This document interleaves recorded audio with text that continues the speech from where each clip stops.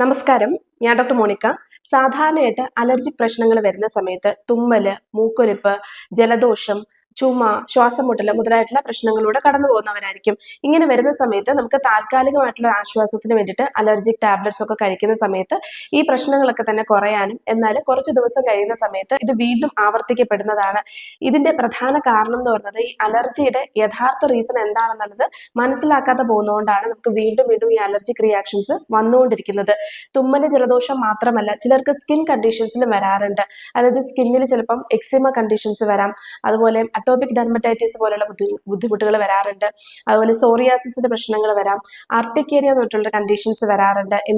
ചിലപ്പോൾ എന്തെങ്കിലും ഭക്ഷണം കഴിക്കുന്നതിലൂടെയൊക്കെ അലർജിക് പ്രശ്നങ്ങൾ വരുന്ന സമയത്ത് ഉറുമ്പ് കടിക്കുന്നത് പോലെ ശരീരമാസകലമായിട്ട് പൊന്തി വരുന്ന ഒരു പ്രശ്നമാണിത്. അപ്പൊ ഇങ്ങനെയുള്ള ബുദ്ധിമുട്ടുകളൊക്കെ വരുന്നതും ഈ ഒരു അലർജിക് റിയാക്ഷൻസ് മൂലമാണ്. ഇതിന് പ്രധാന കാരണം എന്ന് പറയുന്നത് നമ്മുടെ രക്തത്തിലുള്ള IgE എന്ന് പറഞ്ഞിട്ടുള്ള അലർജിക് ആന്റിബോഡീസിന്റെ റിയാക്ഷൻസ് മൂലമാണ് ഇങ്ങനെയുള്ള ബുദ്ധിമുട്ടുകൾ ഉണ്ടാകുന്നത്. സത്യത്തിൽ ഈ ഒരു IgE എന്ന് പറയുന്നത് നമ്മുടെ ഇമ്മ്യൂൺ സിസ്റ്റത്തിന്റെ ഒരു പ്രൊട്ടക്ടറായിട്ട് തന്നെ ആക്ട് ചെയ്യുന്നതാണ്. എന്നാൽ ചില സാഹചര്യങ്ങൾ മൂലം ഈ IgE നമ്മുടെ രക്തത്തിൽ ഉയർന്ന അളവിൽ വരാൻ കാരണമാവുന്നതാണ്. അതിൽ ഏറ്റവും പ്രധാനപ്പെട്ട കാരണം എന്ന് പറയുന്നത് പാരസൈറ്റിക്കൽ ഇൻഫെക്ഷൻ തന്നെയാണ്. അതായത് വിരശല്യം പോലുള്ള ബുദ്ധിമുട്ടുകൾ വരുന്ന സമയത്ത് സ്വാഭാവികമായിട്ട് തന്നെ IgE രക്തത്തിൽ ഉയരാനുള്ള സാധ്യതകളുണ്ട്.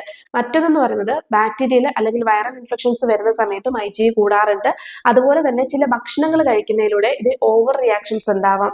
അതായത് ഷെൽ ഫിഷസുകൾ, നമുക്ക് തോടോട് കൂടിയിട്ടുള്ള നമുക്ക് ചെമ്മീൻ അടങ്ങിയിട്ടുള്ള ആ മീനുകളൊക്കെ കഴിക്കുന്ന സമയത്തും അതുപോലെ ചില ഡയറി പ്രൊഡക്ട്സ് കഴിക്കുന്ന സമയത്തൊക്കെ തന്നെ നമുക്ക് റിയാക്ഷൻസ് വരാറുണ്ട്. അപ്പൊ ഇങ്ങനെ IgE കൂട്ടുന്ന ചില ഭക്ഷണങ്ങൾ എന്ന് പറയുന്നത് ഒന്ന് നമുക്ക് പാലുൽപ്പന്നങ്ങൾ, പനീർ, പാൽപ്പൊടി, അങ്ങനെ പാലിൽ ചേർന്നിട്ടുള്ള തൈര്, മോര് മുതലായിട്ടുള്ളവ കഴിക്കുന്ന സമയത്ത് ഒരുപക്ഷെ റിയാക്ഷൻസ് വരാൻ സാധ്യതകളുണ്ട്. മറ്റൊന്നെന്ന് പറയുന്നത് ഉയർന്ന അളവിലുള്ള പ്രോട്ടീൻ ഡയറ്റ്സുകൾ ഫോളോ ചെയ്യുന്നവർക്ക്, പ്രത്യേകിച്ച് പയറ്, പരിപ്പ് മുതലായിട്ടുള്ളവ, മുട്ട, അതുപോലെ റെഡ് മീറ്റുകളായിട്ടുള്ള ബീഫ്, പോർക്ക്, മട്ടൺ മുതലായിട്ടുള്ളവയൊക്കെ തന്നെ ഉയർന്ന അളവിൽ കഴിക്കുന്നവരിലും ഈ ഒരു IgE കൂടാനുള്ള സാധ്യതകളും അലർജിക് റിയാക്ഷൻസ് ഇവരിൽ ഉണ്ടാവാനുള്ള സാധ്യതകളുണ്ട്.